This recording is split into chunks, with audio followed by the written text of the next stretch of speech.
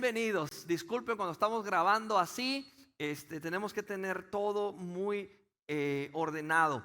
Entonces, quería darles la bienvenida porque esta es su casa y a los que son de aquí, gracias por estar aquí una vez más también con nosotros. ¿Sí? Si usted es una persona que nos visita por primera vez, somos una iglesia que se trata de vidas cambiadas. Todos los que hemos tenido un encuentro con Jesús hemos sido transformados por su palabra. Por eso nuestra visión como iglesia es adorar a Dios, es construir familia y alcanzar a la gente. También somos una iglesia que predicamos la palabra de Dios de manera sistemática. Tomamos un libro de la Biblia y lo estudiamos semanalmente. Ahora estamos en nuestra serie del libro de los Hechos y hemos aprendido mucho a lo largo de esta serie. Hemos aprendido la historia de la iglesia, pero no solamente que el libro de los Hechos es histórico, sino que hemos aprendido que es también inspirado por el Espíritu Santo para ayudarnos a nosotros a entender que en este tiempo nosotros necesitamos seguir escribiendo la historia. Dios escogió a hombres y mujeres en el pasado que ellos se encargaron de compartir la palabra de Dios en su generación. Ahora nosotros somos los que tenemos este llamado de parte de Dios. Tenemos el mismo poder del Espíritu Santo que se derramó sobre aquellos hombres y mujeres. Es el mismo poder que está sobre nosotros ahora. Así que hemos aprendido que la iglesia ha pasado por diferentes etapas a lo largo de la historia y siempre la iglesia ha salido vencedora. Sin embargo, uno de los desafíos más grandes que enfrenta la iglesia siempre es la cultura. Cuando el evangelio llega a una comunidad, siempre la barrera principal en ese lugar es las creencias de la gente. La cultura es todo el sistema de costumbres y tradiciones que la gente vive y que les han dado identidad. Es decir, esa comunidad, esa familia, esa gente se miran su valor y su propósito en la vida está relacionado con sus costumbres, con lo que hacen, su estilo de vida. Entonces, cuando llega el evangelio a un lugar, inmediatamente hay una confrontación, es inevitable. Aunque este sea un mensaje de amor, de salvación, de esperanza, de libertad, de buenas noticias, porque eso es lo que significa el evangelio, buenas noticias. Aunque nosotros traemos un mensaje de paz, este mensaje confronta las creencias de la gente. Inmediatamente puede ser malentendido como si nosotros estuviésemos ofendiendo o estuviésemos juzgando a la gente. Y eso es lo que la iglesia ha vivido a lo largo de la historia. Yo creo que todos nosotros pasamos por ahí cuando escuchamos el evangelio. Hubo cosas que nos confrontaron y decíamos, ¿cómo tengo que cambiar esto? ¿Por qué tengo que cambiar lo otro? ¿Por qué la Biblia dice esto y yo hago esto? Entonces siempre ha habido esa lucha, esa oposición al evangelio. No es fácil lidiar con esto, sobre todo en culturas religiosas. Muchas veces la gente se ofende con lo que uno piensa o con lo que uno cree, con sus convicciones. Lo mismo pasa con las ideologías. Algunos han llegado a decir que tenemos un discurso de odio. Las comunidades de los LGBTs y todas esas ideologías de género, ellos dicen que si nosotros no aceptamos la forma en la que ellos se identifican, que nosotros estamos dando un discurso de odio.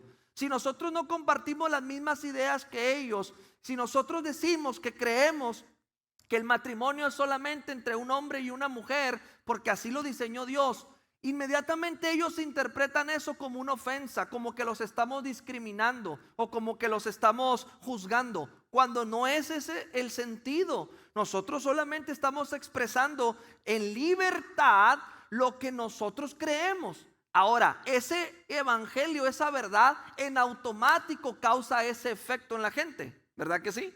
Aunque nosotros no tengamos la más mínima intención de hacerlo sentir mal o de ofenderlo, simplemente como ellos tienen su derecho a creer y pensar de tal modo. Nosotros decimos, yo creo esto, yo pienso esto, basado en lo que dice la Biblia, basado en lo que vemos biológicamente. Si yo digo que estoy a favor de la vida desde la concepción, si yo digo que creo que desde el momento en que un esperma fecunda un óvulo ya es un ser humano allí, aunque todavía no alcanza todo su desarrollo, pues van a decir, está en contra del aborto, aunque yo no diga que estoy en contra del aborto. Se implica que estoy en contra del aborto porque dije que estoy a favor de la vida. Así pasa con muchos temas. El evangelio llega y entonces confronta, hace que la persona reaccione ante el evangelio de diferentes formas. Y allí es donde surgen los malos entendidos.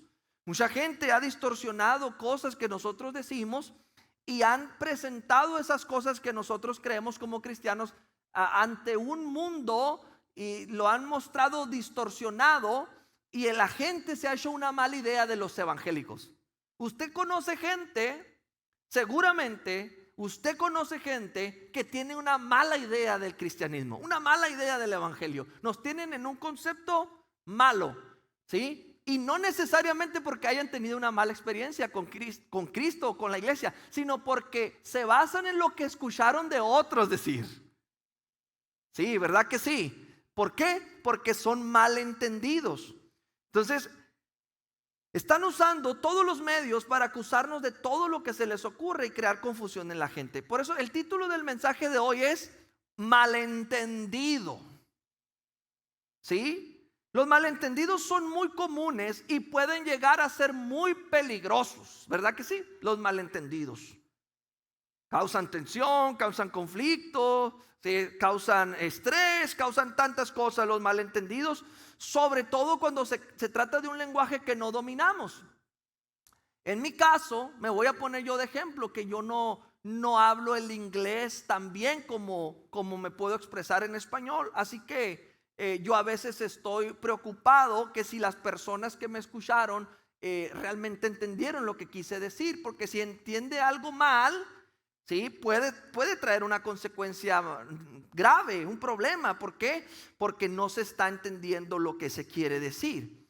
Esto le pasó también a un pastor americano que no hablaba muy bien el español, pero este pastor americano fue invitado para oficiar una boda allá a mi querido estado de Sonora, México. Y este pastor fue invitado por una familia. Esa familia había venido de vacaciones una vez y conocieron a este pastor en esta iglesia, hicieron amigos. Y cuando alguien de la familia se iba a casar, pues ellos dijeron, invitamos al pastor de allá americano que venga, ¿verdad? Para que oficie la ceremonia y toda la cosa. Le tomaron aprecio al pastor, lo invitaron y el pastor dijo, bueno. Dijo, bueno, dijo, sí, voy a ir. Y resulta que el pastor llegó el sábado, sí, la boda era el sábado en la noche, en la tarde, ceremonia. Y el pastor americano pues iba haciendo su mejor esfuerzo y empieza diciendo, vamos a iniciar esta ceremonia de matrimonio, vamos a unir en sagrado matrimonio a estas personas, parejas. Y por favor, abrir su Biblia en Génesis 2:24. Y él empezó a leer la palabra de Dios y muy solemnemente dijo, por tanto, el hombre dejará a su padre y a su madre y se unirá a su mujer y serán una sola carne. Y el pastor de allá de la iglesia local estaba en la iglesia. Por tanto, el hombre, por tanto. Y el pastor americano seguía diciendo, por tanto, el hombre dejará a su padre. ¿Sí? Ahora imagínense la expresión de la gente que estaba allí. Sí, causó ese efecto, ¿no? Porque malentendidos, los que no sabían ese texto anteriormente, pues llegaron a pensar que la Biblia decía que el hombre por tonto dejaba a su padre y a su madre y se unía a su mujer, ¿verdad? Entonces, es un malentendido. El pastor, como pudo, sudando, sufriendo, terminó la ceremonia, aquella matrimonio y dijo, puede besar a la novia. No, pero también le dijo al hombre, la amarrarás. Y dicen que el hombre la amarró después de llegar a la... Bueno, muchas palabras malentendidas, ¿no? Entonces, el pastor de allá le dijo al pastor americano, bueno, ya viniste aquí desde Estados Unidos, por favor, quédate para mañana domingo en la mañana, prediques en la iglesia. ¿Qué te parece? Si vienes desde bien lejos. Oh, ok, pastor, yo puedo predicar mañana en su servicio, Sunday morning, ya. Y estaba el servicio al día siguiente, un servicio poderoso, el pastor estaba predicando, el fuego de la presencia de Dios estaba ahí tremendo. Y cuando estaba terminando el mensaje, el pastor americano dice, oh, yo sentí la presencia del Señor poderosa. Y yo escucho que el Señor dice que yo tengo que orar por todos los adúlteros aquí. Voy a orar por todos los adúlteros aquí. Esta noche, esta mañana, en el altar, yo quiero que vengan todos los adúlteros que están aquí. Y entonces la gente pues empezó a incomodar, ¿no? Porque pues es un tema muy delicado, un tema fuerte. Y el pastor seguía con esa unción. Decía, oh, yo siento que algo, el Señor está diciéndome, yo tengo que orar. No voy a terminar el servicio sin primero. Voy a orar por todos los adúlteros. Y yo sé que hay muchos adúlteros aquí. Y la gente, hermano, estaba a la expectativa, mirando para todos lados, ¿no? El esposo miraba a la esposa como diciendo, ¿seré yo? Como Judas el traidor. Y resulta que el pastor miraba que nadie pasaba y decía, hermano, tú sabes que el Señor está llamándote. Si tú eres un adúltero, tienes que venir aquí, yo quiero orar por ti. Y después de hacerlo 3, 4 veces, el llamado, se paran 3 personas de allá, de la última fila. Porque usted sabe, en México la última fila le llaman la fila de los pecadores. Siempre, no es aquí no, pero en México siempre se ha dicho, ¿verdad? Que la gente que se sienta hasta atrás, pues la misma conciencia los trae. Algo hicieron malo anoche en el grito. Algo, no es cierto. Algo anda y se sientan hasta atrás. Pero aquí no. Entonces en México. Y vienen 3 personas ahí, ¿verdad? Con vergonzadas así. Oh, hermano, ven, los adúlteros, vengan. Yo sé que hay más adúlteros aquí. El Espíritu Santo me está diciendo, tengo que orar por ti. Y entonces siguió insistiendo. Y después de un tiempo pasaron otros 5. Ya había 8 en el altar. Y decía, pero ¿qué está pasando aquí? ¿Qué está pasando? Yo estoy mirando más adúlteros y no están aquí en el altar. Y tú sabes. Y el pastor voltea así como, ¿qué onda? ¿Qué te está pasando? ¿Qué quieres hacer? Y le dice el pastor, el americano, oh, y yo quiero orar por todos los adúlteros aquí. Todos los adúlteros, las personas grandes. Y le dice el pastor, oh, los adultos. Y dice el pastor, oh, I'm sorry.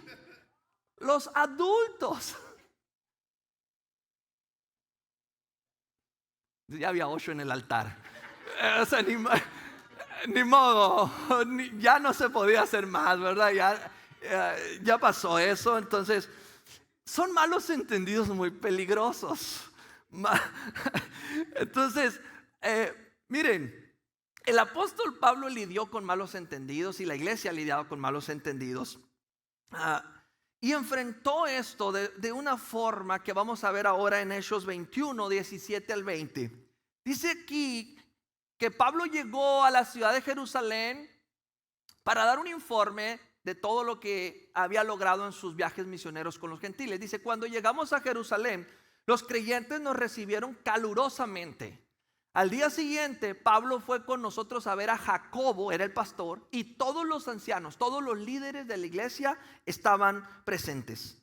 Después de saludarlos, Pablo les relató detalladamente lo que Dios había hecho entre los gentiles por medio de su ministerio.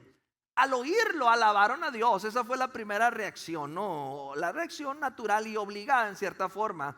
Porque ellos realmente estaban esperando a Pablo para comunicarle una situación que ellos habían visto ahí en la comunidad judía.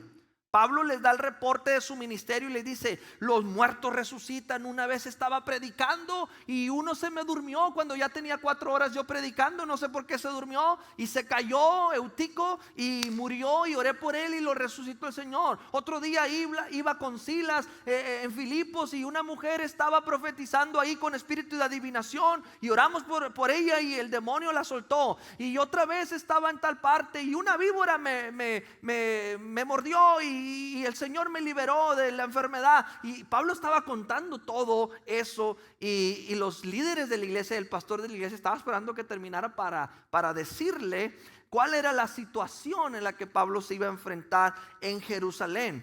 Entonces es interesante que Pablo estaba teniendo éxito con los gentiles, pero la iglesia de Jerusalén estaba más enfocada en un rumor sobre el ministerio de Pablo. Usted sabe que los rumores, ¿sí?, pueden causar mucho daño, pueden alborotar a una comunidad entera, pueden hacer que la gente te mire con unos ojos, ¿sí?, de acusación, aunque tú a veces no has hecho nada malo, pero alguien dijo algo de ti y tú notas: oye, ¿qué está pasando en el trabajo o en la familia? Y yo ni en cuenta, ¿no? Entonces los rumores pueden causar ese efecto. Entonces podemos estar haciendo muchas cosas buenas como iglesia, como el video que vieron ayer. Podemos estar llevando el evangelio a las naciones, llevando ropa, llevando comida, viendo milagros, familias restauradas, matrimonios recuperados, personas siendo libres de las adicciones. Podemos estar haciendo muchas cosas como iglesia, pero un rumor, un malentendido, una acusación contra nosotros puede dañar la imagen que tenemos y la forma en cómo la comunidad nos ve. Por eso la comunidad a veces dice: quiero nada con los aleluyas, con los cristianos, porque escuché esto de ellos. Una difamación, una acusación. Entonces, cuando Pablo terminó el informe, después de decirles las cosas que Dios había hecho, los judíos lo pusieron al tanto. Los líderes espirituales de Jerusalén lo pusieron al tanto de la impresión que los judíos tenían de él. Mire lo que dice el 20, estamos en la lectura. Dice: ya ves, hermano, cuántos miles de judíos han creído. Miles de judíos habían creído. Lo están admitiendo ellos. Y todos ellos siguen aferrados a la ley. Ahora bien, han oído decir que tú enseñas que se aparten de Moisés todos los judíos que viven entre los gentiles. Les recomiendas que no circunciden a sus hijos, ni vivan según nuestras ¿qué? Costumbres. Se da cuenta, ellos están diciendo: mira, Pablo, tu evangelio, el evangelio, la forma como tú predicas, los milagros, las sanidades, los prodigios, todas las maravillas que suceden, sí han cautivado a la gente. Muchos de ellos han creído, pero aún así muchos de ellos están aferrados a la ley, porque es más fuerte la costumbre de ellos, la cultura de ellos, la religiosidad de ellos, que no han podido separarse de esa ley, de ese ritual que ellos tienen.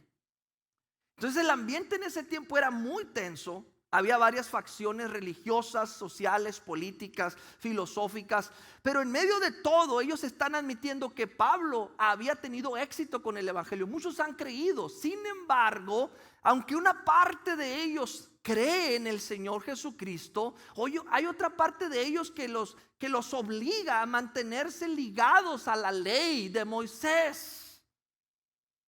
Y ellos han entendido que con el evangelio que tú predicas les estás diciendo que se aparten de la ley de Moisés, ¿sí? Que tú les dices que ya no se circunciden, que tú les dices que ya no hagan esto y lo otro correspondiente a la ley. Ahora, Pablo no estaba predicando en contra de la ley.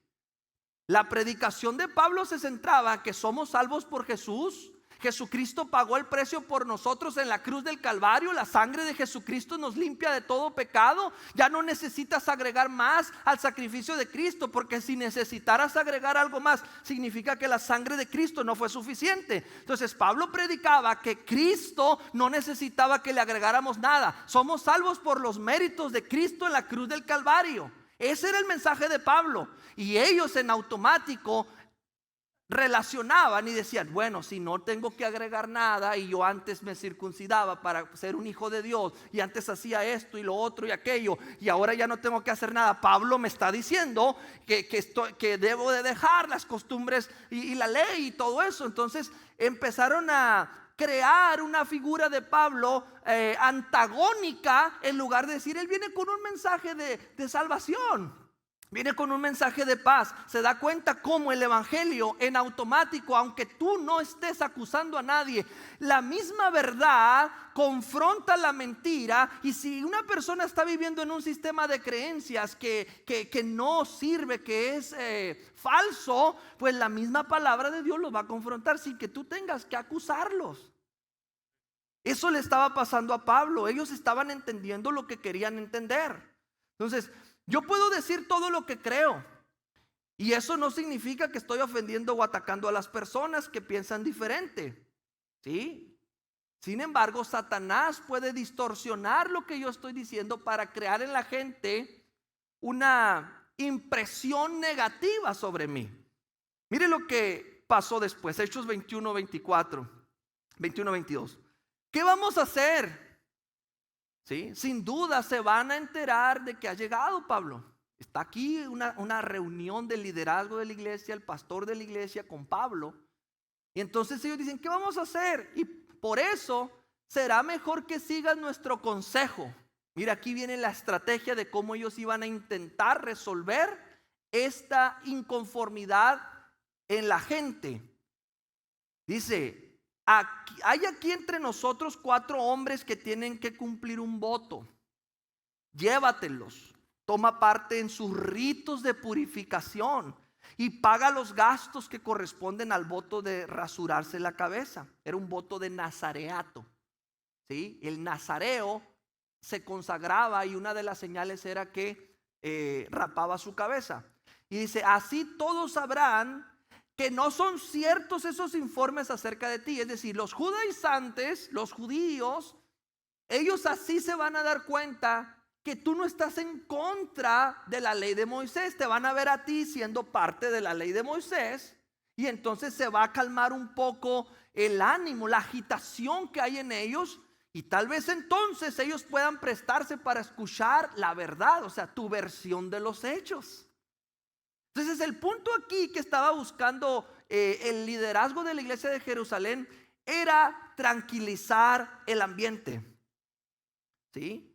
Y le dice, sino que tú también vives en obediencia a la ley. Esto parecería ridículo para el apóstol Pablo, pero el liderazgo de la iglesia está tratando de hacer lo mejor posible. Jacobo era el pastor de la iglesia de Jerusalén y estaba al cargo, o sea, era responsable de que se abriera un canal de comunicación entre la comunidad y la iglesia, que eso es muy importante. Entonces el apóstol Pablo ya lo conocían que era de mecha corta. ¿Cuántos aquí son de mecha corta? Que rápido se encienden, hermano, honesto, 2, 3, bueno. Sí, Pablo dice en la Biblia que cuando Pablo iba camino a Damasco, iba persiguiendo a cristianos, iba respirando amenazas. Iba así como un toro buscando a quien agarrar, y iba enojado. Era celoso, de radical en sus creencias, así que ya lo conocían. Y el apóstol Jacobo, que era el pastor de la iglesia en Jerusalén, y el liderazgo decían, tenemos que calmarlo, porque si lo echamos a la comunidad y empieza a discutir ahí, aquí se puede poner tremenda la cosa. Ya sabían que Pablo era de lámina delgada, o sea, se calienta rápido. En este caso, Pablo tenía que confiar en el liderazgo de la iglesia. Y esto es algo importante. Mira, Pablo se iba a someter a la autoridad de la iglesia. Él, en primer lugar, ¿cómo sabemos que se está sometiendo a la autoridad? Porque llegó a informar. Llegó a decirles, miren, anduve en tal parte, pasó esto y pasó lo otro. Y miren, se levantaron ofrendas en tal parte, en Macedonia, en Corinto, en Éfeso. Y aquí traigo el informe, aquí traigo el reporte, porque Jerusalén estaba viviendo en una hambruna. Entonces, ¿cómo demostraba Pablo que estaba sujeto a una autoridad? Porque él daba informe de lo que hacía. Todo pastor, todo líder espiritual, sabemos que tenemos a alguien sobre nosotros a quien rendirle cuentas, darle informe. ¿Quién puede supervisarnos? Una autoridad policía que nos puede decir: eso está bien, eso está mal, no hagas esto, no hagas aquello. Porque hay unos que tienen una autoridad que ellos eligen, pero cuando ya no les gusta lo que la autoridad les dice, le cambian de autoridad. Entonces no es una autoridad realmente, es una autoridad a conveniencia. Pero Pablo estaba ahí dispuesto a acatar lo que la autoridad le dijera. Entonces eso es lo primero que notamos aquí, que aunque sea un apóstol, por más revelación que Pablo tuviera, porque Pablo era un hombre muy inteligente, entregado a las cosas de Dios, era un hombre poderoso en palabra, era un hombre que Dios lo respaldaba con milagros, era un hombre tremendo de Dios. Pero aún así, por más tremendo, por más grande, por más famoso, por más poderoso, por más lo que tú quieras, tiene que haber una autoridad a quien rendirle cuentas. Que eso es lo que nos falta mucho ahora en estos tiempos. Hay apóstoles de todo tipo que no le dan cuenta a nadie, no está sujeto a nada. ¿Sí? Y aquí vemos que el apóstol Pablo estaba allí dispuesto a recibir la instrucción del liderazgo de la iglesia de Jerusalén. Pablo sabía que en ese tiempo de nada serviría una confrontación, porque el propósito de la iglesia principalmente es llevar el evangelio, es salvar a la gente, es llegar a la gente. Entonces, si la gente en esa comunidad judía estaba indispuesta para escuchar el evangelio, ¿de qué serviría alimentar más el fuego, el coraje que había en la sociedad? No serviría de nada. Lo que sí serviría es tratar de calmar a la sociedad, y entonces tal vez se abriera el canal de comunicación y Pablo y la iglesia podrían conectar con la gente y mostrarles el amor de Dios, mostrarles que no es como ellos pensaban las cosas. Y ya no vieran a Pablo como una amenaza. Mira lo que dice Pablo en 1 Corintios 9:19. Hay algo interesante, Pablo lo escribe aquí. Mire lo que él hizo. Dice: aunque soy libre respecto a todos, de todos me he hecho esclavo para ganar a tantos como sea posible. Y luego dice el 20: entre los judíos me volví judío a fin de ganarlos a ellos. Entre los que viven bajo la ley me volví como los que están sometidos a ella, aunque yo mismo no vivo bajo la ley, a fin de ganar a estos. Entre los que no tienen la ley me volví como los que están sin ley, aunque no estoy libre de la ley de Dios, sino comprometido con la ley de Cristo, a fin de ganar a los que están sin ley.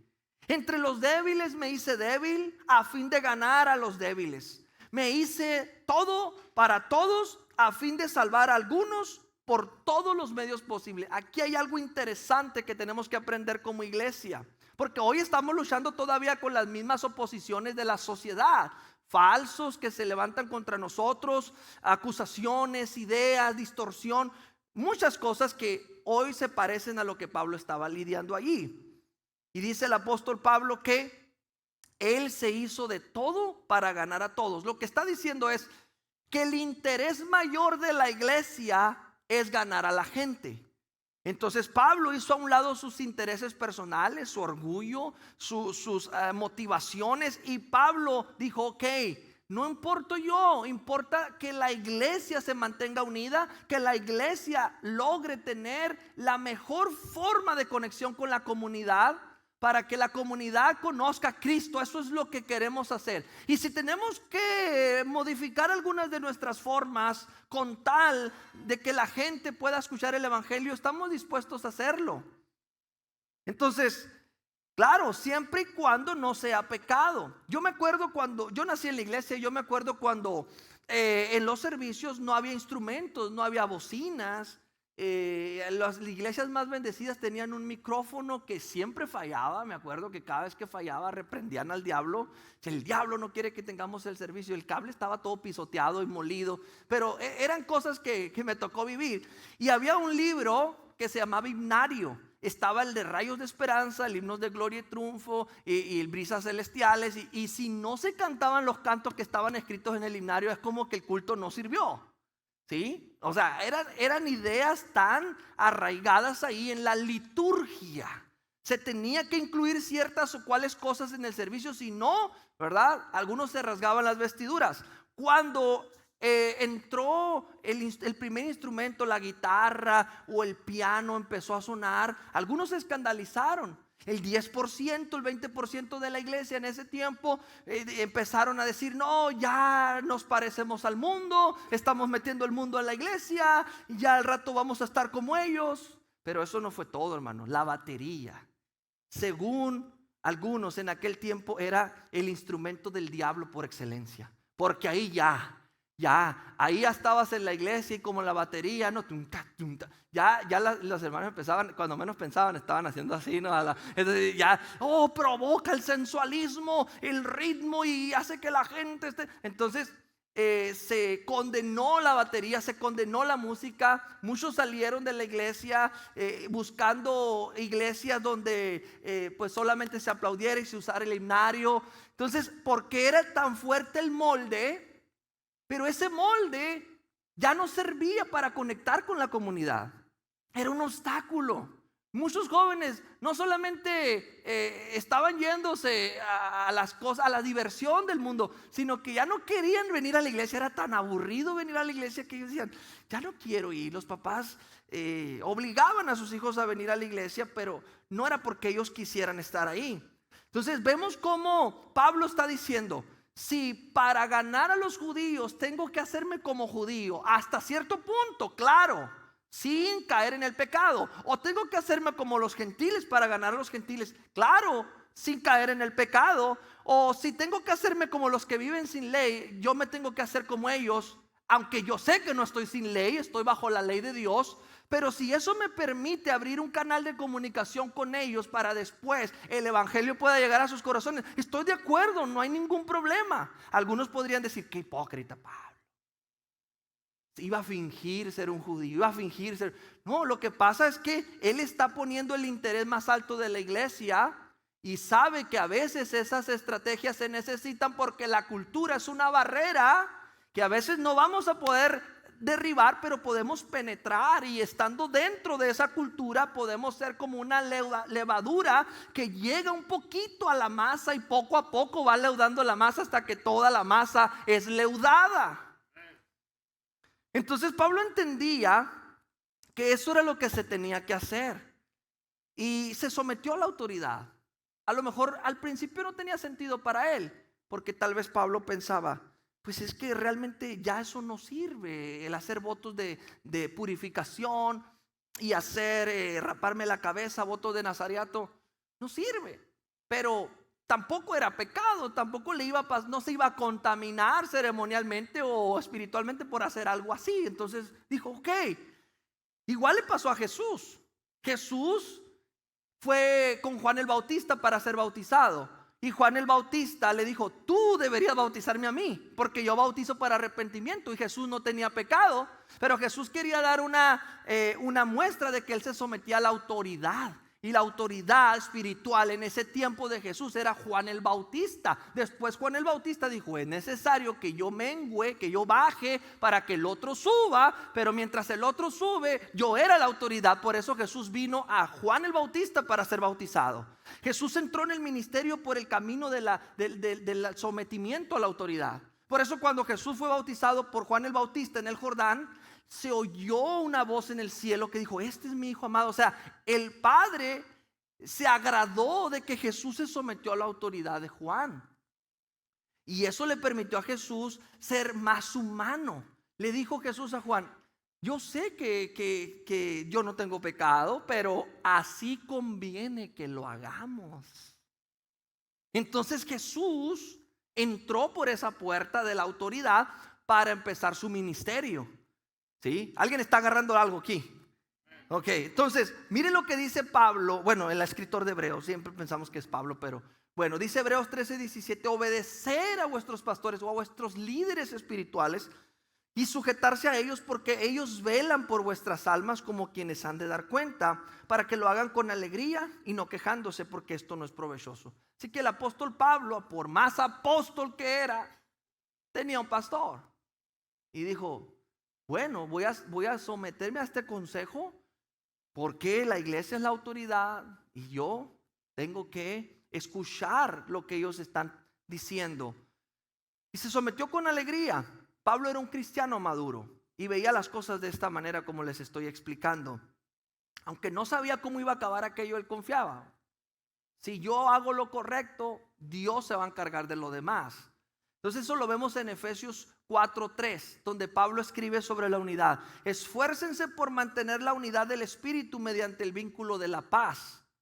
O sea, Pablo quería que la iglesia se mantuviera unida. Si Pablo hubiera resistido la autoridad, hubiera dicho: no, yo no voy a hacer eso que ustedes dicen, ni loco. ¿Cómo yo voy a andarme rapando si yo ya no estoy bajo la ley? Si Pablo se hubiera puesto en un plan, en una actitud diferente, la iglesia hubiera sufrido.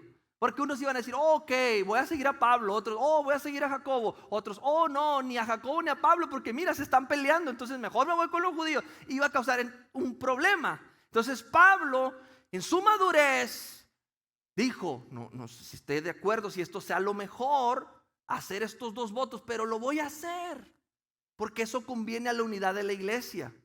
Sigamos con lo que pasó en Hechos 21:26. Dice: al día siguiente Pablo se llevó a los hombres y se purificó con ellos. Luego entró en el templo para dar aviso de la fecha en que vencería el plazo de la purificación y se haría la ofrenda para cada uno de ellos.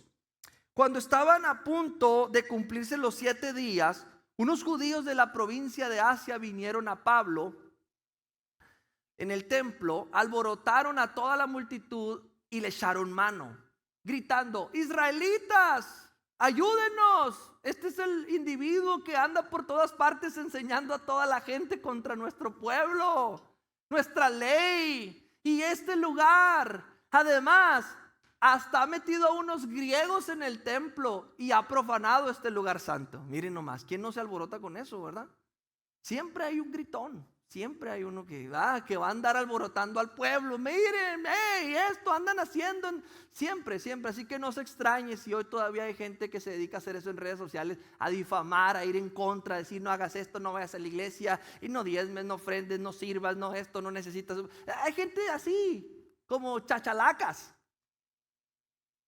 Y ahí, mire, el 29, ya antes habían visto en la ciudad a Trófimo, el efesio, en compañía de Pablo, y suponían que Pablo lo había metido en el templo. Mire cómo es la cosa. El gritón decía: ha metido unos griegos y ha hecho esto, ha hablado contra la ley, ha hablado contra el templo, lo cual era falso. Y luego aquí dice que suponían, o sea, tampoco había pruebas de que Pablo había metido gente no judía en el templo. Sin embargo, esa suposición hizo que la gente, después de repetirla muchas veces, se convirtiera en una verdad. Son rumores. Toda la ciudad se alborotó, la gente se precipitó en masa, agarró a Pablo y lo sacó del templo a rastras, e inmediatamente se cerraron las puertas. Pablo se había esforzado por hacer lo correcto, la iglesia se había esforzado por hacer lo correcto. Sin embargo, parecía que el plan no había funcionado. ¿Te suena familiar? Tú dices: me voy a someter, voy a sujetarme, voy a hacer lo correcto, y parece que todo empeoró. Pero vamos a ver cómo Dios es fiel. Voy a mostrarles una imagen para que entiendan mejor lo que estaba pasando en ese tiempo. Ese es el templo de Jerusalén, el segundo templo de Jerusalén. En el área del centro está el lugar santo y el lugar santísimo, y el otro lugar es los atrios o el patio donde los gentiles incluso podían ir. Pero a los lados de la estructura del medio hay unos límites, no sé si los alcanzan a apreciar. Antes de que empiece la pared de la construcción del medio, hay unos límites que ahí terminaba el patio de los gentiles. No podían cruzar para allá. Si alguien cruzaba no siendo judío, podía morir. De hecho, había unas advertencias. Mira, aquí están las piedras que se han encontrado, donde estaba una inscripción griega que decía que si cruzabas esa línea y no siendo judío, estabas advertido y ibas a ser responsable de tu propia sangre. ¿Por qué? porque estabas violando una ley que para ellos es muy delicada, muy importante. Pues estaban acusando a Pablo de que él había metido a un griego allí y que había profanado el lugar santo, pero eran suposiciones. Mire lo que sigue, dice en el 31. Y procurando ellos matarle, se le avisó al tribuno de la compañía que toda la ciudad de Jerusalén estaba alborotada. Tuvo que intervenir la guardia romana. Tomando luego soldados y centuriones, corrió a ellos. Y cuando ellos vieron al tribuno y a los soldados, dejaron de golpear a Pablo. Entonces, llegando el tribuno, le prendió y le mandó atar con 2 cadenas y preguntó quién era y qué había hecho. Pero entre la multitud, unos gritaban una cosa y otros otra. Ya ve cómo no estaban de acuerdo porque era falso todo lo que lo acusaban. Y como no podía entender nada de cierto a causa del alboroto, le mandó llevar a la fortaleza. Al llegar a las gradas, aconteció que era llevado en peso por los soldados a causa de la violencia de la multitud, porque la muchedumbre del pueblo venía detrás gritando: muera, muera. ¿Sí? Como cuando gritaban: crucifícale. Cuando comenzaron a meter a Pablo en la fortaleza, dijo al tribuno: ¿se me permite decirte algo? Y el tribuno dijo: ¿sabes griego? ¿No eres tú aquel egipcio que levantó una sedición antes de estos días y sacó al desierto los 4,000 sicarios? Entonces Pablo respondió: yo de cierto soy hombre judío de Tarso, ciudadano de una ciudad no insignificante de Cilicia, pero te ruego que me permitas hablar al pueblo.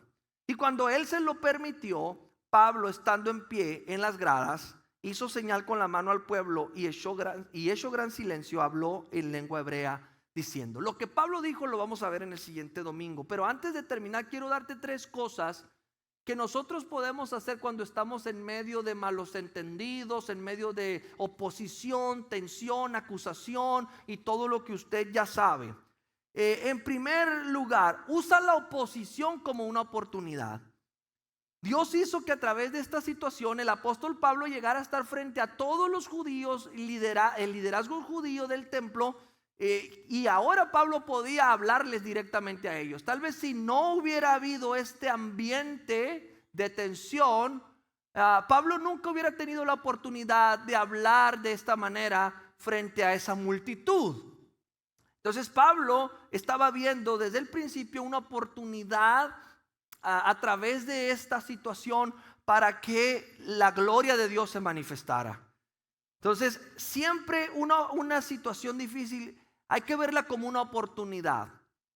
Número 2, no te rindas.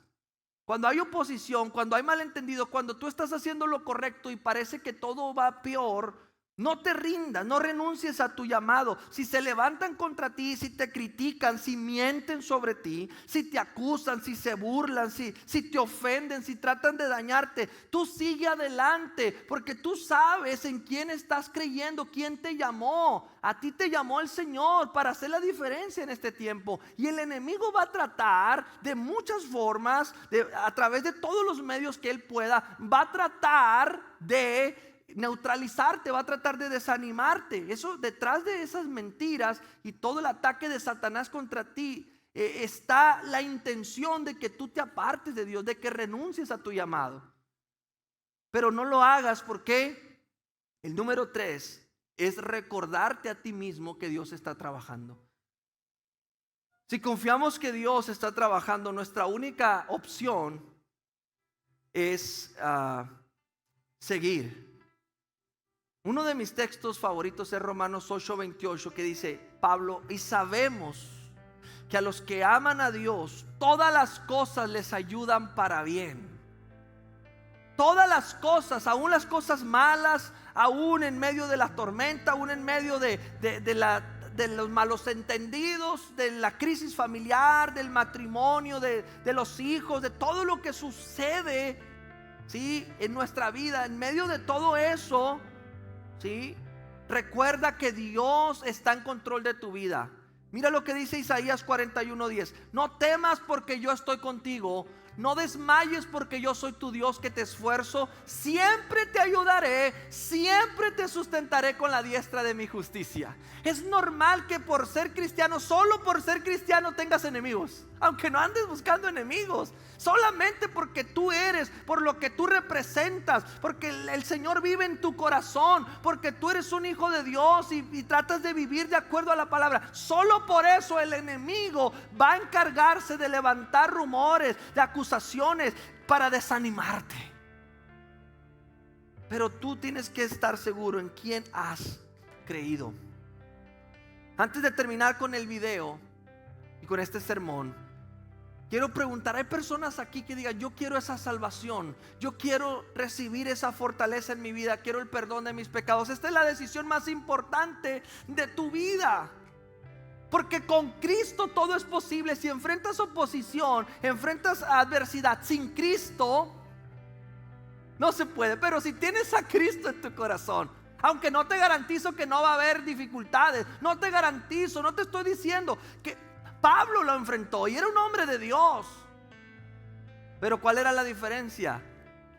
Que él sabía que todo lo que viviera ayudaba para bien. ¿Quieres que Dios convierta todo lo que hay en tu vida para bien? Incluso tus malas decisiones Dios las puede transformar para bien, porque para Él no hay ningún problema. ¿Quieres a Cristo en tu corazón? Levanta tu mano. Si quieres recibir a Jesús en tu corazón, quieres decirle al Señor, Señor, y esta mañana yo entrego mi vida a ti. Levanta tu mano al Señor. Las personas que están viendo el video, si quieren recibir a Jesús, y los que están aquí, hagan esta oración conmigo. Diga, Señor Jesús, te necesito. Perdóname porque mis pecados me alejaron de ti. Mis creencias, mi cultura, mis costumbres fueron una barrera para que tú entraras en mi corazón. Pero ahora entiendo tu amor, entiendo que diste tu vida por mí para salvarme. Te hago el Señor y Salvador de mi vida. Ayúdame a caminar en obediencia a ti y a conocerte más. Perdona mis pecados. Escribe mi nombre en el libro de la vida. En el nombre de Jesús. Amén.